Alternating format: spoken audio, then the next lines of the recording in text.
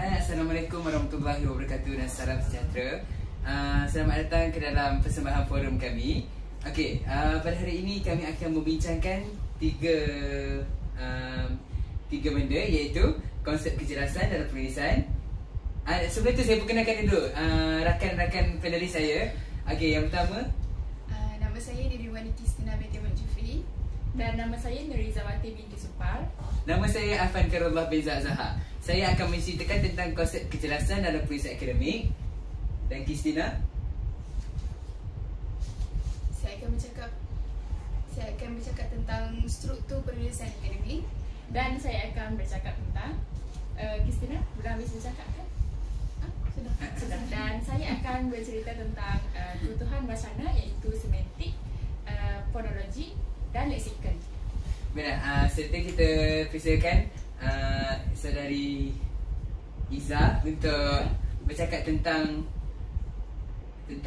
penulisan akademik yang saya hasilkan beberapa minggu ini. Baiklah, yang saya dapat simpulkan dalam penulisan akademik yang saya telah hasilkan dalam beberapa minggu yang lepas, saya telah menciptakan penulisan akademik tentang aplikasi digital, platform yang boleh digunakan oleh pelajar sekolah rendah untuk berdasarkan mata pelajaran yang saya belajar, iaitu muzik. Okay, di sini dalam penulisan akademik saya ada letak pengenalan. Pengenalan di sini saya letak definisi, konsep dan isu-isu semasa tentang pembelajaran digital. Seterusnya saya letak ada isi kandungan saya ada 4, iaitu antara salah satunya ialah kepentingan penggunaan digital yang boleh murid-murid dapat. Antara salah satunya ialah murid dapat membina kefahaman yang lebih mendalam terhadap konsep muzik. Hal ini dikatakan demikian kerana penggunaan aplikasi digital ni dia boleh memudahkan kita punya pembelajaran lah dengan lebih berkesan. Seterusnya, guru juga dapat memudahkan pembelajaran dengan menyediakan bahan pengajaran yang boleh diakses oleh murid secara kendiri. Baiklah, hal ini dikatakan demikian kerana sekiranya guru menggunakan aplikasi-aplikasi digital dalam pembelajaran mereka, hal ini dapat memberi ruang kepada murid untuk meneroka dan belajar dengan lebih mudah dan lebih fleksibiliti dalam aplikasi digital ini. Betul? Betul. Okay, seterusnya, maafkan saya selepas itu murid juga boleh membuat aktiviti-aktiviti yang berkolaboratif, iaitu dalam secara berkumpulan, supaya mereka dapat menghasilkan muzik digital yang menggalakkan mereka untuk menghasilkan kemahiran komunikasi dalam kalangan murid. Jadi saya dapat menyimpulkan bahawa penggunaan aplikasi digital ni boleh meningkatkan kemahiran komunikasi apabila murid bekerja secara berkumpulan, iaitu berkolaboratif. Seterusnya, kepentingan yang seterusnya adalah aplikasi digital ini juga dapat membantu guru untuk memperkaya isi kandungan pelajaran. Seperti guru dapat menambah banyak maklumat daripada contohnya aplikasi Google, aplikasi ChatGPT ataupun aplikasi yang lain lah. Guru juga boleh mengajar murid-murid dengan menggunakan rakaman atau audio untuk menjelaskan murid tentang sesuatu pembelajaran muzik. Sebab muzik ni kan dia memerlukan bunyi audio dan rakaman. Betul. Jadi hal ini sekaligus dapat memudahkan kerja guru dan sekaligus murid. Baiklah, seterusnya aplikasi platform. Isi kandungan yang seterusnya adalah aplikasi platform terkini bagi pembelajaran digital. Aplikasi yang saya letakkan dalam penulisan akademik ini adalah, salah satunya adalah GarageBand. Apa itu GarageBand? GarageBand ini digunakan di peranti mudah alih seperti tablet.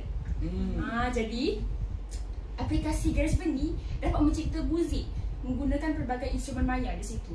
Contohnya instrumen maya seperti piano, keyboard, gitar boleh digunakan dalam aplikasi GarageBand tersebut. Seterusnya, aplikasi soundtrack.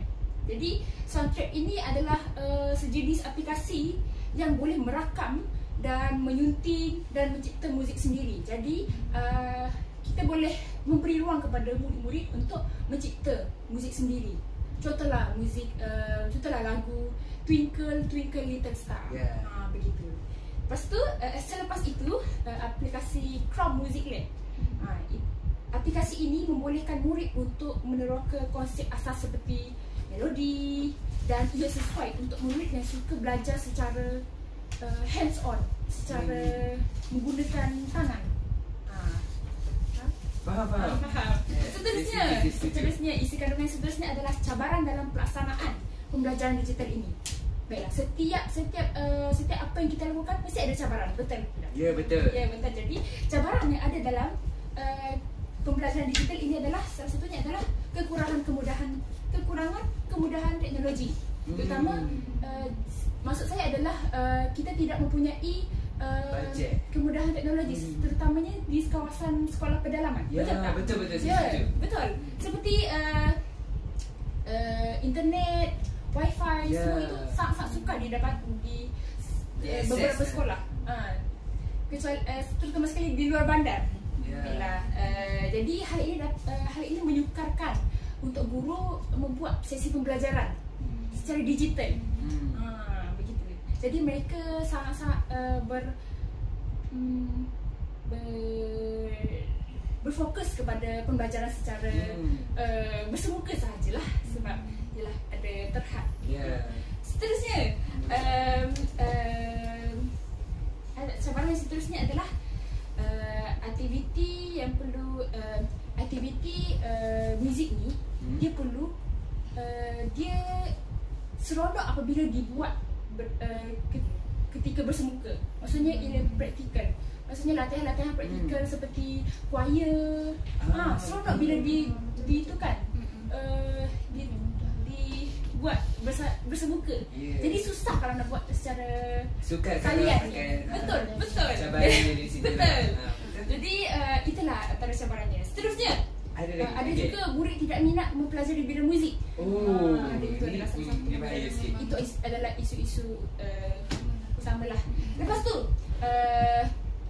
selepas itu kita juga ada guru yang kurang mahir dalam penggunaan teknologi digital. Betul. Terutamanya kepada guru-guru yang sudah lama Gen Z. Betul. Gen Z sebut. Jadi ini adalah salah satu cabaran. Dan setiap cabaran itu ada cara menanganinya.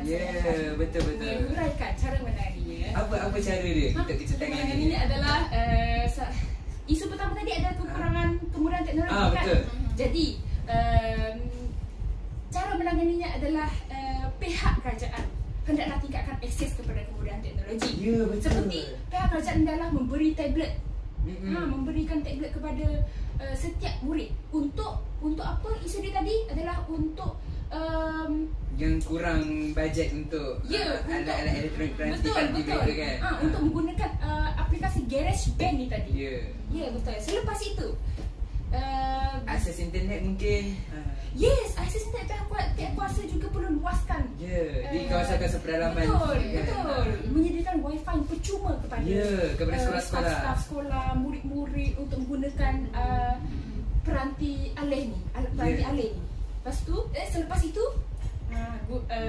murid guru juga boleh gunakan pendekatan rakaman video atau audio. Kan seperti yang saya sebut sebentar tadi. Aktiviti praktikal seperti choir ni tidak seronok bila digunakan secara bersemuka. Jadi guru perlu memberikan kepada murid untuk membuat rakaman atau video dan menghantar video tersebut di dalam aplikasi Google Classroom. Betul kan? Saya setuju. Saudara Iza. Selepas itu guru juga boleh menggabungkan. Kan seperti yang saya cakap sebentar tadi, ada murid yang tidak suka, tak minat. Betul.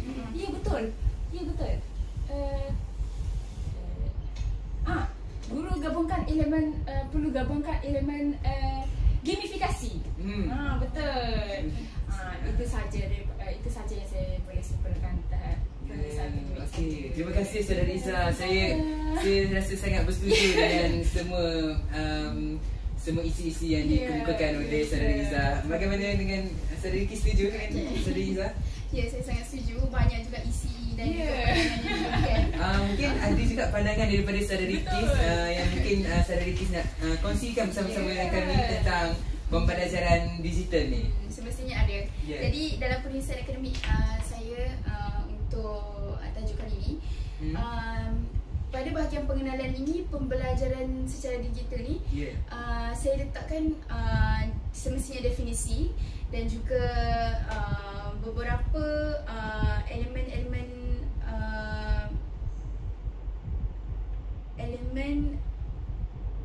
ataupun ayat yang saya petik daripada beberapa isu lah. Beberapa isu yang saya masukkan dalam pengenalan saya ni. Jadi pembelajaran secara digital ni memang tidak asing lah dalam pendidikan dekat negara kita.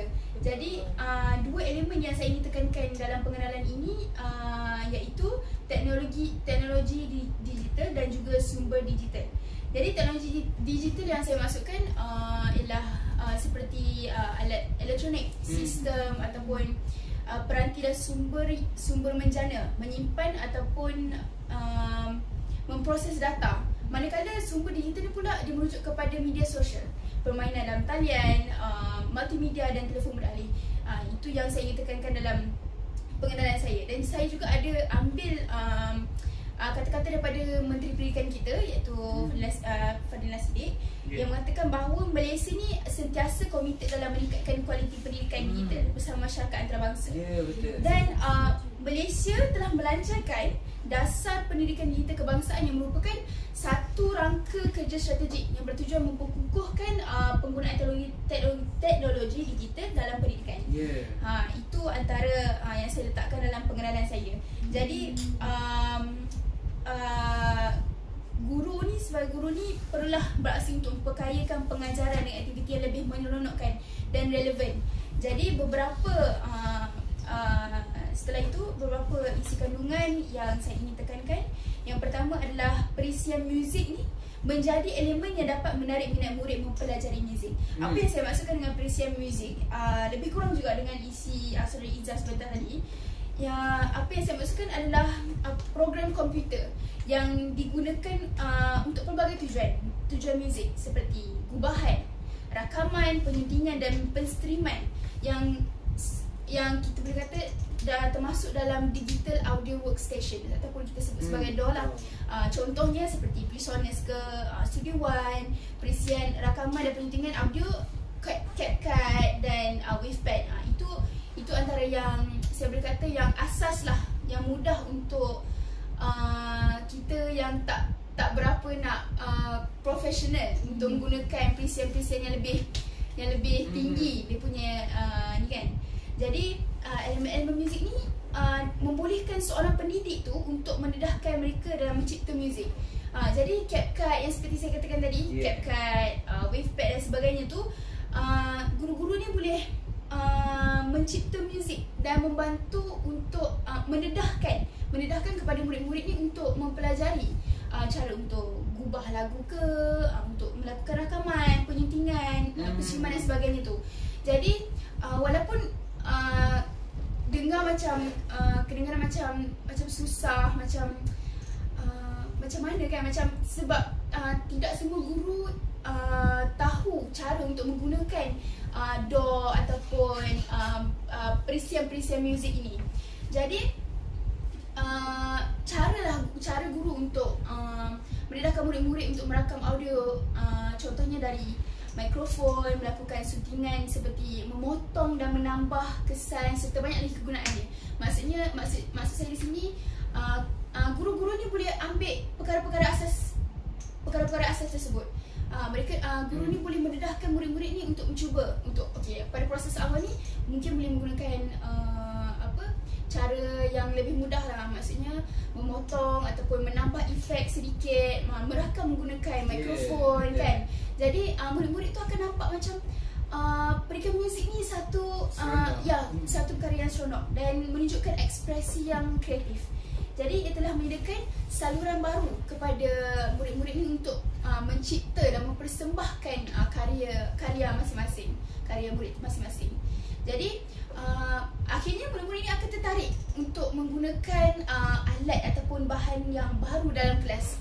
Bila kita bawa guru-guru ni bawa laptop, contohnya paling basic laptop ataupun speaker ataupun apa-apa saja alat yang murid-murid akan tengok, wah menariknya kan, ni apa cikgu. Jadi bila berlaku persoalan macam tu, nampak yang murid-murid akan berminat untuk mengetahui lebih mendalam tentang muzik. Sebab selalunya guru-guru akan kebanyakannya sekarang pendidikan muzik ni hanya dilihat sebagai menyanyi, bermain recorder sahaja. Jadi itu agak murid-murid akan kurang berminat. Mereka rasa perkara itu satu perkara yang bosan untuk belajar. Menyanyi dah biasa menyanyi, mereka selalu mendengar muzik dan menyanyi begitu. Tapi mungkin kalau dilihat dari sudut yang lebih mendalam, muzik ni banyak lagi, luas lagi dia punya cabang. Jadi yang seterusnya yang saya masukkan dalam saya punya penulisan ni adalah pendedahan yang melibatkan persembahan pentas. Dari perspektif maksud saya dari melibatkan persembahan pentas ni, cara untuk menarik minat murid terhadap pembelajaran digital di sekolah rendah termasuklah memberikan peluang kepada murid-murid ni untuk melakukan persembahan muzik yang akan mempersembahkan hasil pembelajaran muzik yang saya katakan tadi tu dalam teknologi digital dan secara tradisional.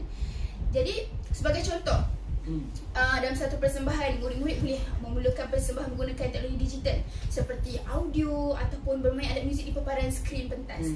Tapi kemudian terus bermain alat muzik secara langsung dengan penuh bersemangat. Ini menunjukkan kreativiti yang menarik kepada penonton. Okey, jadi apabila murid-murid ni didedahkan untuk melakukan persembahan secara langsung, pelbagai perkara baru yang akan dipelajari, termasuklah pembelajaran muzik iaitu kemahiran persembahan ataupun disebut sebagai showmanship. Showmanship juga kita boleh kaitkanlah apabila melibatkan teknologi digital ni. Jadi jelaslah bahawa perkara baru ni telah dipelajari juga berkait rapat dalam pendidikan pada era yang moden ini. Jadi yang seterusnya adalah platform media sosial ni menjadi tumpuan dalam pembelajaran digital. Okey, media sosial dan pendidikan muzik ni mempunyai kaitan yang sangat-sangat erat dalam dan saling menyokong dalam perkembangan pembelajaran muzik masa kini, terutamanya dalam era digital ni lah. Kita boleh tahu platform media sosial asas iaitu seperti YouTube Music, TikTok, Instagram dan sebagainya. Jadi guru-guru ni boleh mengambil inisiatif untuk menunjukkan beberapa video-video kepada murid-murid ini untuk mempelajari lebih mendalam lah. Sebab sesetengah guru mereka tidak mempunyai kemahiran kepakaran yang cukup. Jadi apabila guru-guru ni mengambil inisiatif untuk menunjukkan video-video tersebut, jadi murid-murid akan lebih berminat untuk mengetahui dengan lebih mendalam lah tentang kemahiran muzik yang lain yang mereka boleh dapat. Jadi apabila guru-guru mengambil inisiatif tersebut, terutamanya menggunakan media sosial ini, jadi untuk berkongsi bahan pembelajaran, tugasan interaktif, kuis yang menarik. Kuis pun boleh kita kaitkan dalam pendidikan muzik inilah.